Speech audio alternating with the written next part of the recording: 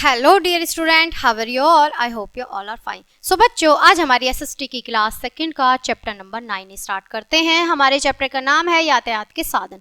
सो बच्चों, आज हम यातायात के साधन देखेंगे, ठीक है। चैप्टर को बिना देरी करे स्टार्ट करते हैं। ओके। हमें एक स्थान से दूसरे स्थान पर जाने के लिए यातायात के साधनों की आवश्यकता होती है। पुराने समय में यात्रा करना बहुत बड़ा कठिन था, ठीक है। लोगों को लंबी लंबी यात्राएं भी पैदल ही करनी पड़ती थीं। बाद में उन्होंने इसके लिए पशुओं का उपयोग करना शुरू कर दिया। वर्तमान में यातायात के विभिन्न साधनों की सहायता से यात्रा करना आसान और सुविधाजनक हो गया है।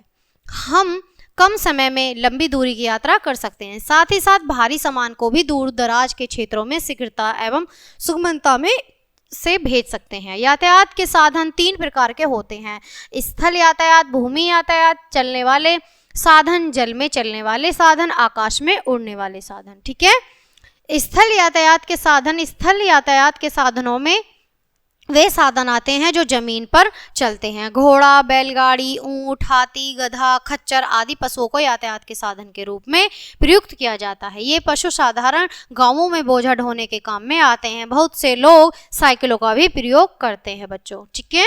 यहाँ पर चित्र दिए गए हैं किस प्रकार से पशु हमारे साधन ढोते हैं, ठीक है। शहरों एवं कस्बों में स्कूटर, मोटरसाइकिल, जीप, कार, बस आदि स्थल यातायात के साधनों का प्रयोग किया जाता है। ये सभी वाहन पेट्रोल और डीजल से चलते हैं बच्चों, ठीक है। यहाँ पर चित्र दी गई है, स्कूटर है, ट्रेन है, कार है, बस है, ठीक है। रेलगाड़ियाँ स्थल यातायात का सबसे सस्ता साधन है। ये लंबी यात्राओं के लिए बड़ी ही आरामदायक रहती है। कम दूरी के लिए पैसेंजर गाड़ियों का प्रयोग किया जाता है और लंबी दूरी के लिए डीजल अथवा बिजली चलने वाली एक्सप्रेस गाड़ियों का प्रयोग किया जाता है बच्चों, ठीक है।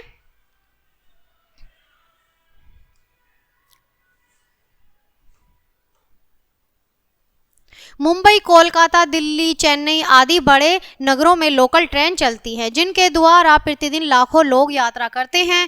दिल्ली और कोलकाता में मेट्रो रेलगाड़ी, जमीन के नीचे व ऊपर चलने वाली गाड़ी की भी सुविधा है।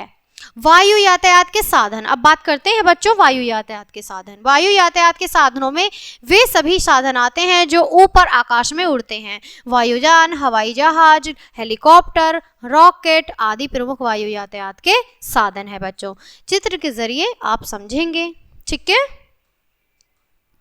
आगे देखेंगे बच्चों, हवाई जहाज यातायात का सबसे दूरगामी साधन है। अन्य साधनों से जिस दूरी को तय करने में कई दिनों का समय लगता है, वायुयान उस दूरी को कुछ ही घंटों में तय कर लेता है। वायुयान से समय की बहुत बचत होती है, जिस कारण वे वर्तमान युग में अधिक से अधिक प्रचलित होते जा रहे हैं। वायुयान का किराया बहुत अधिक होता है। कुछ वायुयान युद्ध में बमबारी करते हैं, जिन्हें लड़ाकू विमान कहते हैं। रॉकेट का प्रयोग वैज्ञानिकों के द्वारा विभिन्न अंतरिक्ष यात्राओं में किया जाता है बच्चों, ठीक है। जल यातायात, अब बात करते हैं बच्चों जल यातायात की, ठीक है।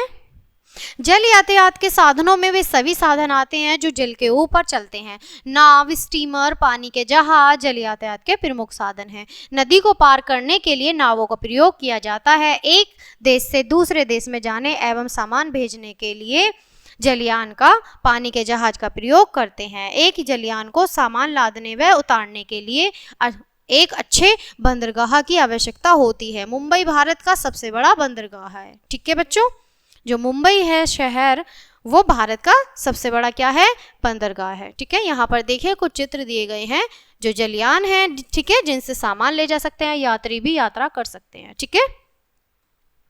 सभी प्रकार के यातायात के साधन देश की उन्नति और विकास में महत्वपूर्ण भूमिका निभाते हैं बच्चों। कोई भी यातायात है, चाहे वो हवा में, वायु में उड़ने वाला है, जल में चलने वाला है या फिर जमीन पर चलने वाला है, सभी हमारी सुविधाओं के लिए बने हुए हैं। सो बच्चों, आई होप आपने ये चैप्टर अच्छे से एंजॉय किया होगा, समझा होगा। ये चैप्टर यहीं क्लोज करते हैं। मिलते हैं आपसे नेक्स्ट चैप्टर में नेक्स्ट वीडियो के साथ। अब तक के लिए बाय बाय।